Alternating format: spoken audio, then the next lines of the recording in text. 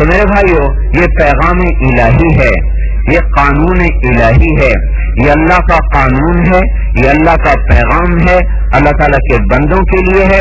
اور یہ حکومت پاکستان نہیں ہے کہ اس کے قانون کو توڑو گے تو کوئی نہیں پوچھے گا اور ظالم چھوٹ جائے گا، مظلوم پکڑا جائے گا، جابر چھوٹ جائے گا اور مجبور پکڑا جائے گا، قاہر چھوٹ جائے گا اور مقہور پکڑا جائے گا۔ نہیں نہیں، یہ بڑے طاقتور کا کلام ہے، بڑے طاقتور کا قانون ہے۔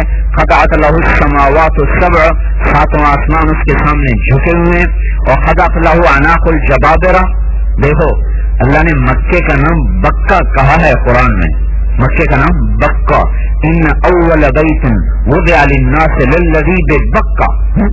بکہ کہتے ہیں گردن توڑنے کو، گردن مروڑ دینا، بکہ یا بکو، گردن کو مروڑ دینا، کہ یہ اس بادشاہ کا گھر ہے، اور یہ اس بادشاہ کا شہر ہے، یہ اس بادشاہ کا گھر ہے جہاں گردنیں توڑ دی جاتی ہیں اور گردنیں مروڑ دی جاتی ہیں۔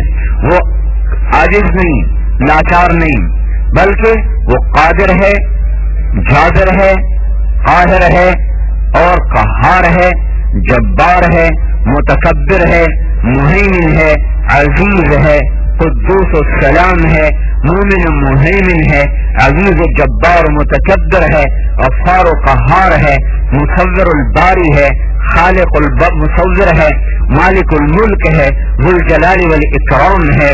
تو وہ اتنی بڑی طاقت کے ساتھ اس قانون کو زمین پہ اتارا ہے اور پھر اعلان کیا ہے کہ اس قانون پر جزا سزا کا ایک دن رکھا جا چکا ہے۔